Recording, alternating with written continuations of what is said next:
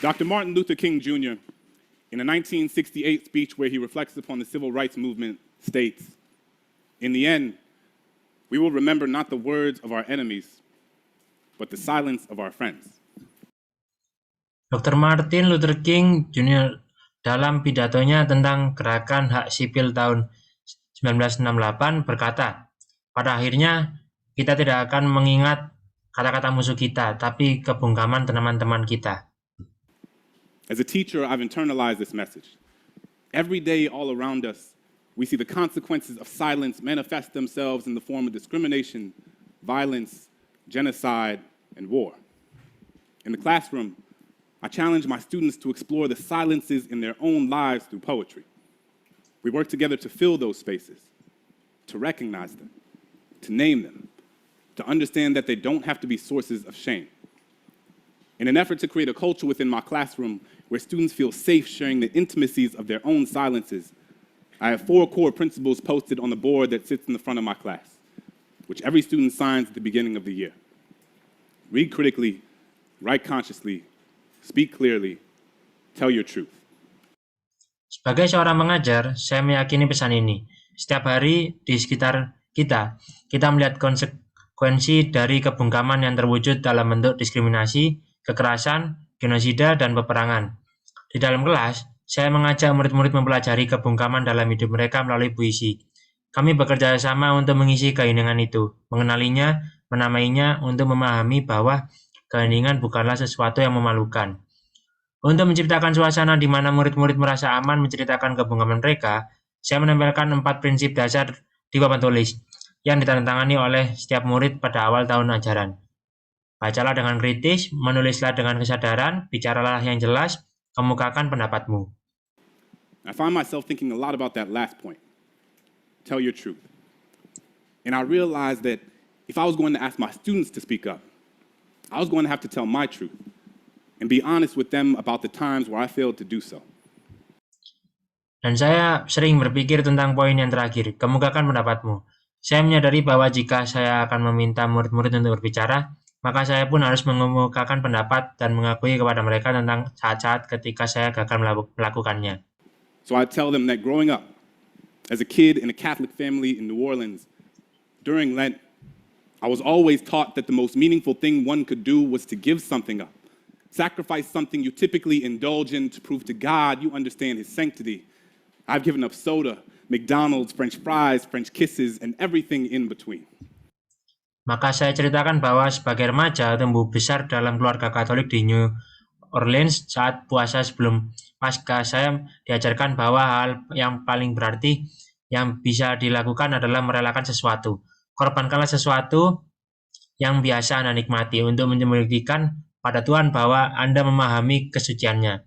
Aku pernah puasa soda, McDonald's, kentang goreng, French kiss, dan beberapa hal lainnya. But one year, I gave up speaking. Figured the most valuable thing I could sacrifice was my own voice, but it was like I hadn't realized that I had given that up a long time ago. I had spent so much of my life telling people the things they wanted to hear instead of the things they needed to.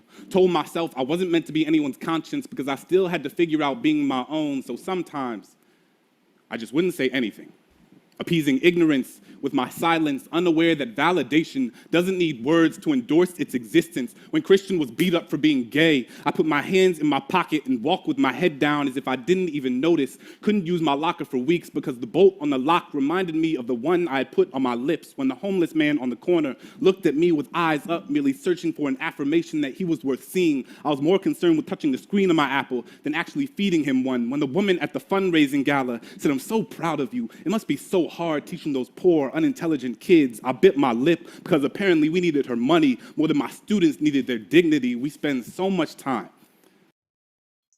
Namun pada suatu tahun, aku berhenti berbicara. Kupikir hal paling berharga untuk dikorbankan adalah suaraku sendiri. Tetapi sepertinya aku tidak menyadari bahwa aku sudah lama berhenti berbicara. Sebagian besar hidupku sudah habis mengatakan hal-hal yang ingin didengar daripada yang perlu didengar orang. Aku merasa tidak pantas untuk menggurui karena aku pun belum menemukan jati diri. Jadi terkadang aku diam saja, memuaskan kebodohan dengan kebungkaman. Tak sadar bahwa pembenaran tidak memerlukan dukungan dari kata-kata. Ketika Christian dipukuli karena dia homo, aku memasukkan tangan ke saku dan berjalan menunduk seolah tak melihat. Lama aku tak menggunakan loker karena gemboknya mengingatkan akan gembok di mulutku. Ketika seorang tunawisma duduk di ujung jalan menatapku, sekedar untuk mengakui keberadaannya, aku lebih sibuk dengan Apple Go. Alih-alih memberinya sesuatu untuk makan saat perempuan di acara dia malam amal berkata, "Saya bangga padamu, pasti sulit mengajari anak-anak yang miskin dan bodoh itu." Aku menggigit bibir karena ternyata uangnya lebih penting daripada harga diri siswaku. Begitu banyak waktu yang kita habiskan. Listening to the things people are saying, that we rarely pay attention to the things they don't. Silence is the residue of fear. It is feeling your flaws gut-wrench guillotine your tongue. It is the air retreating from your chest because it doesn't feel safe in your lungs. Silence is Rwandan genocide. Silence is Katrina. It is what you hear when there aren't enough body bags left. It is the sound after the noose is already tied. It is charring. It is chains. It is privilege. It is pain. There is no time to pick your battles when your battles have already picked you. I will not let Mendengarkan perkataan orang-orang sampai-sampai kita tidak memperlihatkan hal-hal yang tidak mereka ucapkan. Kebohongan adalah residu dari ketakutan. Ia memenuhi segala kekuranganmu, memutir dan memotong lidahmu. Ialah udara yang keluar dari paru-parumu karena ia tidak merasa aman di dalamnya. Kebohongan adalah genosida di Rwanda.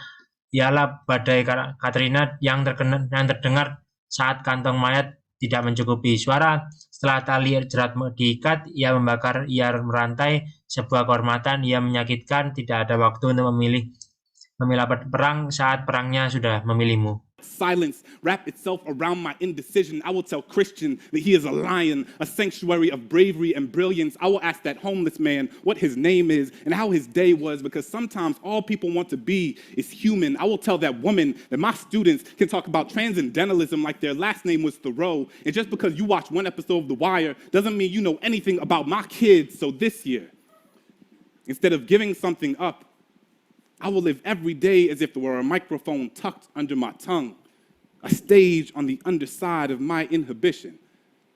Because who has to have a soapbox when all you've ever needed is your voice?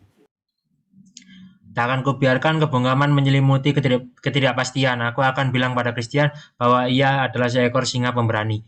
Akan kutanyakan nama dan kabar lelaki tunawisma itu, karena kadang kita hanya ingin menjadi manusia.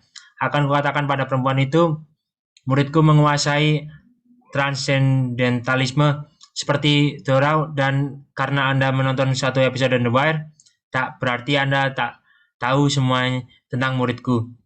Jadi tahun ini aku tak akan mengorbankan sesuatu, tapi akan kujalani setiap hari seolah ada pengeras suara menempel di lidah, sebuah panggung di balik kecanggungan, karena siapa yang butuh podium jika sebenarnya yang dibutuhkan hanyalah suaramu. Thank you. Terima kasih.